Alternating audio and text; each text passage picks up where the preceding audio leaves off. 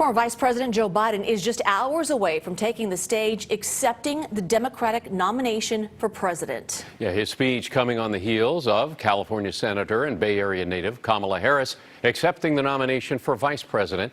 She embraced the role of being the first woman of color on any major party's presidential ticket and said the nation must do better. Make no mistake, the road ahead is not easy. We may stumble. We may fall short. But I pledge to you that we will act boldly and deal with our challenges honestly. Governor Gavin Newsom was expected to be one of the speakers tonight with the Democratic convention wrapping up.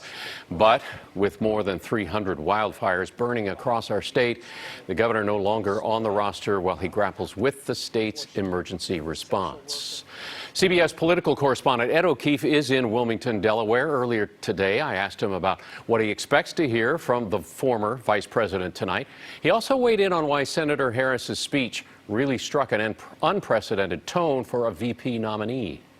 We've been told that it's an address that will focus a bit on his family history and then try to drill down just a little bit into what exactly he might do if he's elected president. Aides cautioned that this is not a wonky policy speech, but one that will try to give a sense of what he would do to address the pandemic and start rebuilding the American economy, but also focus on unity. One of the really striking things about this week is how much and how willing at least convention organizers have been to highlight the fact that Republicans are coming on board as part of the Biden coalition. That's in keeping with his bipartisan reputation on Capitol Hill when he was a senator and some of the tricky legislative deals he had to cut with Republicans when he was vice president. So he's likely to try to extend an olive branch, if you will, to either undecided voters or disaffected Republicans who are looking for some reason to vote for Biden. Remember, coming into this week, we talked about it earlier this week, Democrats said they wanted to hear more about what exactly Biden and Harris would do if they won the White House. We have not heard very many specifics, but we're told Biden will get into this a little bit tonight. Well, we have had a lot of big speeches so far. We've had Kamala, both Obamas. What do you think's been a real standout moment of this convention up to this point?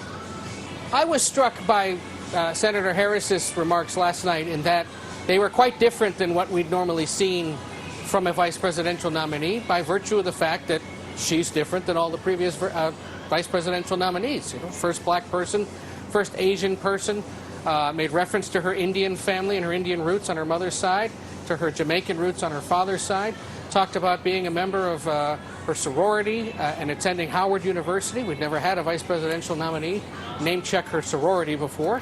And those are the light touches that sort of reinforce the fact that she conceivably could be a very different vice president, but one that is proud of her roots and wasn't downplaying them in any way. Remember, one of the criticisms that Hillary Clinton faced 4 years ago as she broke through that glass ceiling and became the first woman nominated to be president by a major party was that she, didn't entirely or comfortably necessarily embrace the fact that she was a woman and that she was an accomplished woman at that.